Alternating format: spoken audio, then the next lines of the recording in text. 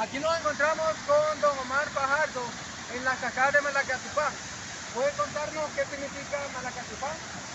Malacatipán son términos prácticamente autóctonos y radica para la mística de este lugar. Si ustedes ven al fondo, tenemos la entrada a la cueva del Cristo Partideño. Es una cueva de un personaje emblemático de la zona que se conectaba y se supone que escondía los tesoros, y esta conecta con otra que está como a 3 kilómetros.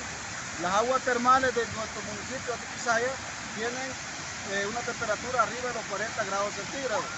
Para todos los visitantes, hacerles de conocimiento que Julio Tour es el que promueve este tipo de actividades de aventuras extremas y a un perfil económico accesible para todas las personas.